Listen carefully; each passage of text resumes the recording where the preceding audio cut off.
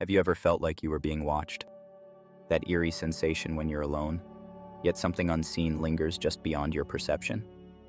Maybe it's paranoia, maybe it's instinct, or maybe it's something else entirely. The truth is, the universe is watching you, and you'll never know why.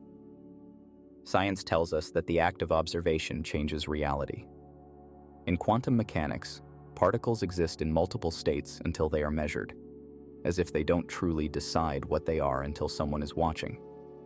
This is called the observer effect, and it isn't just a theoretical concept.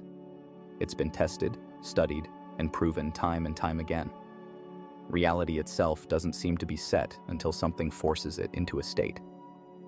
But here's the question: who or what is doing the watching? We assume it's us, that we are the observers, collapsing probabilities into the world we experience. But what if we aren't the only ones? What if reality exists in the form we see because something else is watching? Something that isn't human, something we can never detect. This is where things get disturbing. If observation is necessary for reality to exist in a definite state, that implies reality is not independent.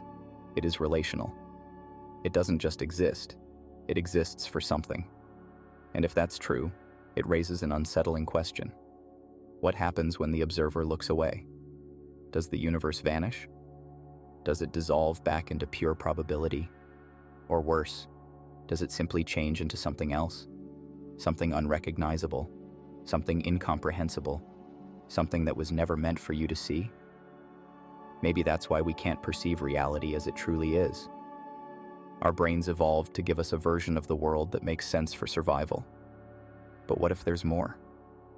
What if there's a version of existence that's always just out of reach? A reality that only exists when something else is watching? And what if, for some reason, that something has been watching you your entire life? Think about it. The moment you stop paying attention to something, it fades from your perception. Your mind fills in the blanks, smoothing over reality with assumptions and expectations. You don't notice the gaps, the shifts, the inconsistencies, because you aren't meant to. But what if reality doesn't just shift when you look away? What if it reconfigures itself entirely? You turn your head, and for an instant, before your brain catches up, the world is something else, something raw, something formless. But before you can even comprehend it, reality reassembles itself, slipping back into place like nothing ever changed. Maybe that's why, when you wake up in the middle of the night, your room feels wrong. Why your reflection sometimes doesn't look quite like you remember. Why déjà vu exists. Why glitches in reality happen. Because for just a fraction of a second, you catch a glimpse of a version of the universe that was never meant for you. And the only reason you even have a version of reality at all is because something is watching. You've never truly seen the world unfiltered. You can't.